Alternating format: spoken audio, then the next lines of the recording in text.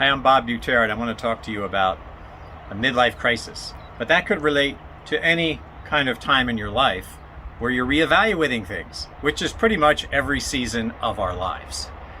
So I want to give you a formula to actually lower expectations without diminishing goals. We hear this a lot. If you just lower your expectations, maybe then you'll be happy. But then it's like, well, okay, I'd like to be happy, but how do I actually lower the expectations? I want to give you a little formula.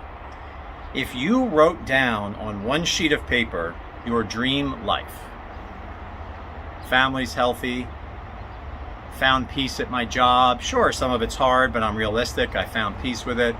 I'm doing my yoga practices. I'm eating right. I'm doing all these things. And say your life is just kind of firing. Maybe that's not the case this moment because you're in a midlife crisis or in a change crisis. But just draw that out.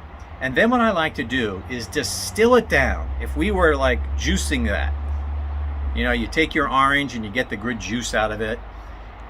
What would the internal state of mind be when we're in that really idyllic life? Most likely, it's going to be joyful. It's going to be love, compassion. There's going to be a sense of creativity, something special in your words that you boil and distill that down to. When you have that, you actually have what you're after. That makes everything else simpler because now you know what you're really after. The perfect life, like nobody's going to have the perfect life. But if we use the perfect life to distill what's really going on inside us, we can start to meditate on that. We can start to receive it in small ways.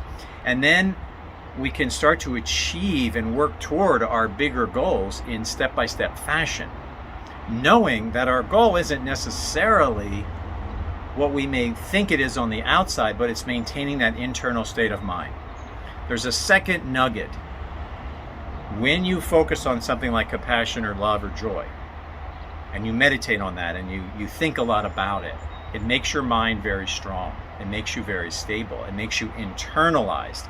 You're not worried about what others think of you, and you're not worried about what you think of you, because you just feel compassion and love. That gives you the strength to make these incremental steps. All the best.